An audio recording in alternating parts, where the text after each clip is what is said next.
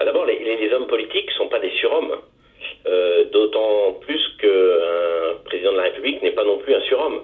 Même si parfois on le surnomme Jupiter, je dirais qu'il a une nécessité physique de pouvoir avoir une vie équilibrée, ce qui est très difficile quand vous êtes chef de l'État, pour la simple et bonne raison, c'est que vous voyagez énormément. Je crois savoir que le président de la République actuelle a effectué plus de 66 déplacements à l'étranger, et donc de ce fait-là, c'est très éprouvant.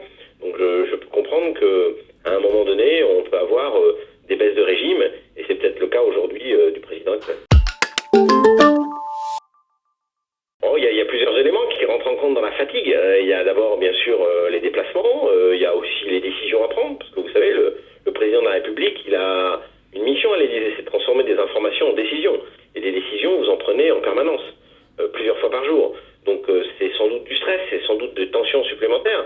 Et puis, il y a une chose qu'il ne faut pas oublier non plus, c'est qu'un président de la République, quand il est en fonction, il a eu avant une campagne électorale qui est assez épuisante. Et juste à la fin de cette campagne électorale, contrairement aux Américains où on laisse un délai, je dirais, de latence pour le repos, là, c'est pas du tout le cas. On rentre immédiatement en fonction, ce qui fait que vous n'avez pas tellement de temps de vous reposer, ou en tout cas de recharger vos accus, comme on dit vulgairement. Et donc, voilà la situation dans laquelle vous êtes lorsque vous arrivez au pouvoir. Moi, j'ai eu l'occasion de le rencontrer plusieurs fois, Barack Obama, et j'avais été très impressionné par le changement physique. C'est vrai que on voit que les années parfois amènent quelques cheveux blancs, les années amènent aussi quelques rides supplémentaires.